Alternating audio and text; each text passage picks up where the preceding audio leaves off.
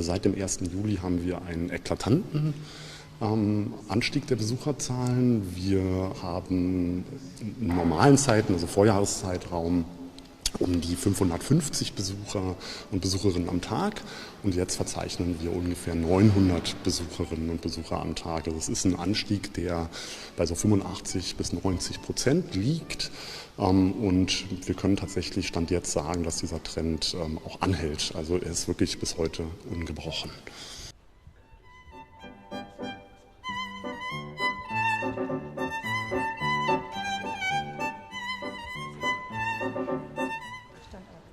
Tatkräftig aus, das gefällt mir. Und also während ihrer Regierungszeit sie sehr, sehr kritisch gesehen habe, weil das nicht die politische Richtung ist, die ich unterstütze, denke ich heute, dass es schon eine sehr stabile Zeit mit ihr war und wünsche mir manchmal diese Stabilität in die deutsche Politik zurück. Das ist ein Stück Kindheit für mich, weil ich bin 20 Jahre, also ich bin eigentlich geboren, da war, glaube ich, Merkel schon Kanzlerin. Und bis auf jetzt, genau, als Scholz dann irgendwann Kanzler wurde, war eigentlich mein ganzes Leben lang Merkel Kanzlerin und war für mich auch so ein Stück Deutschland und einfach war halt immer so. Und deswegen ist es für mich so eine Kindheitserinnerung. Und ja, auch eher mit einer schönen Erinnerung verbunden, weil ich eine schöne Kindheit hatte.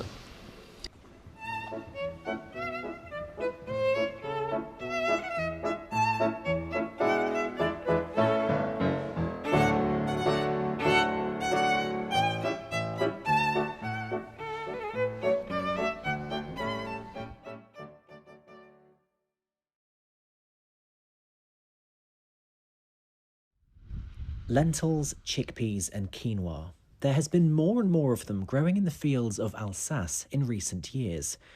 Faced with repeated heatwaves and droughts, a group of farmers in Ilkirch-Grafenstaden, just south of Strasbourg, have decided to focus on these legume crops, which require less water and fewer pesticides.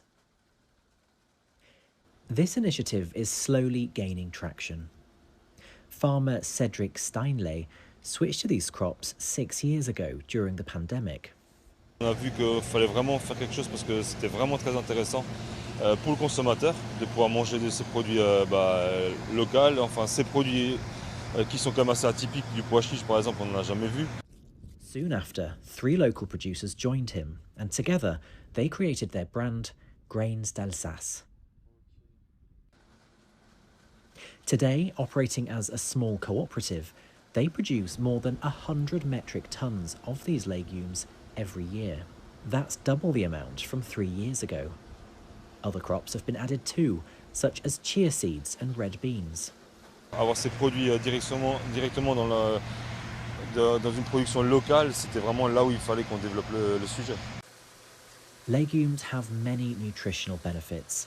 They're rich in protein and fibre, and low in fat. They're good for the environment too. The plants bring atmospheric nitrogen into the soil, which is why they're considered green manure.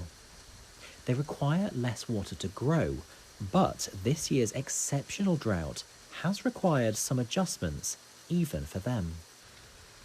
Avec ces températures-là, la problématique de ces plantes, c'est qu'elles avortent. Donc on a une fleur, mais après voilà, la fleur tombe de la plante et puis on n'a rien derrière. Et moi l'objectif c'est quand même d'avoir du rendement parce que derrière j'ai quand même des personnes qui en sont satisfaites de nos produits, quoi. The Grains d'Alsace cooperative has been very successful throughout the region, selling to company cafeterias, hospitals and farmers markets. A recent study says French consumption of legumes is still too low to meet health recommendations, at an average of 1.6 kilograms per person per year. Cedric Steinley, for one, hopes that legume consumption will increase.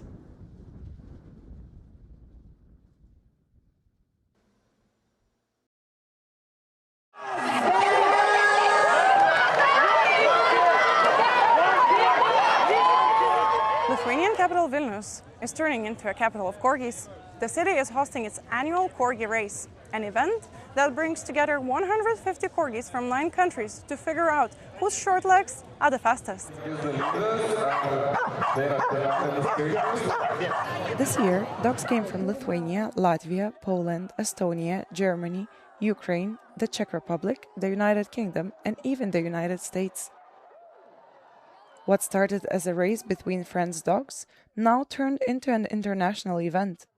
Viskas prasidėjo per pandemiją, turėjom po korgį su draugu, nuostabus korgiai, galvojom, reikėtų pasižiūrėti, kuris greitesnis. Buvom matę, kad korgių lenktynės vyksta pasaulyje, pagalvojom, gal ateis irgi kažkas prasibėgti.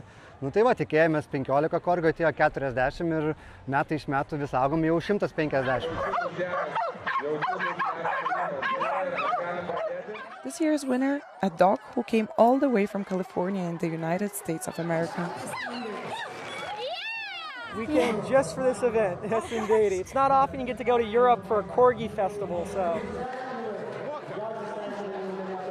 But it's not only about speed. Corgis can show off their talents not only on the racetrack, but also in the catwalk, where they can sport the best costumes their owners have created.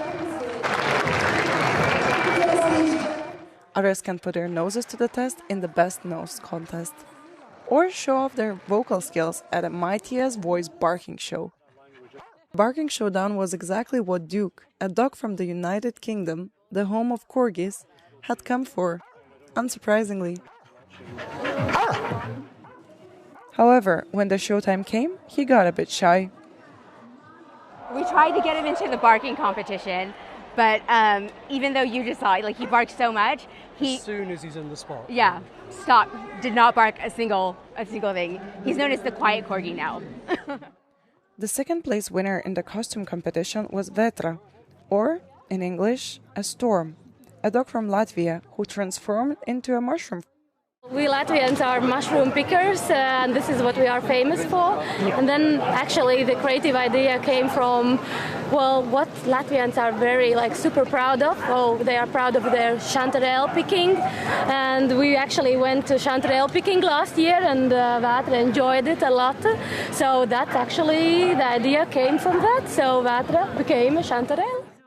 One of the oldest participants, 12 years old, Ozis, will return next year. Pasakyk, balsas patiko? Jeigu bus tik tai šuo sveikas, tai tikrai dalyvausim. Ir man pažadėjo rengėjai, jeigu oziukas jau negalės pats bėgti, tai sakė su vežimuku, aš galėsiu su juo bėgti stumtrasoje. The one who is coming back for sure is Clefis. We enjoy very much. Actually, we wanted to attend last year as well, but it was very small. It was like 8 months or something.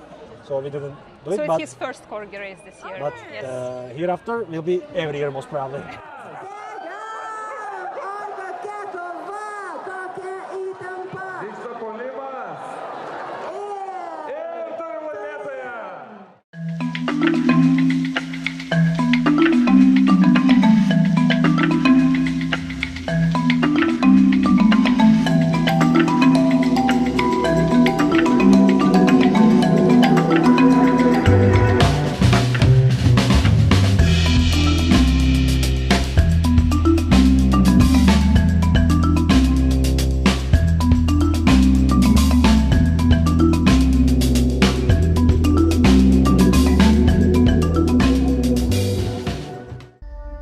Like the whole neighborhood's lost power. The hell was that?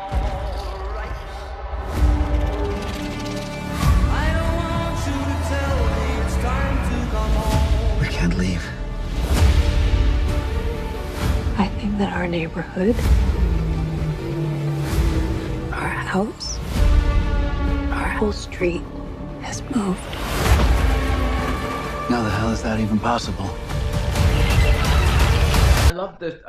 That's what I loved about the script when I first read it, was the family story, and that it was I didn't know exactly where the story was going to go, but once I realized that it was a crazy dinosaur survival movie, I was still really impressed that David was writing about this couple and about their relationship and how through whatever's happening in their life, they're unable to talk to each other properly, express themselves properly, and through fighting for the actual survival of their family, they find each other again. I loved that. It was very well written. What the hell's going on? Get inside now! a mixture. It was a mixture of a lot of different types of movie magic. So I had been told when I signed on that they were going to make every effort to do this practically, and it was going to be animatronics and puppetry. That didn't happen. So, but we did get really kind and wonderful stuntmen in leotards holding long poles that had dino heads on them, sort of prancing across a suburban street. And the thing that was so amazing was when you saw them and the scene wasn't happening, it looked so funny. And then the second David said action and you were there in the mindset of the character, they were the most terrifying things you'd ever seen. They were like just creepy and strange.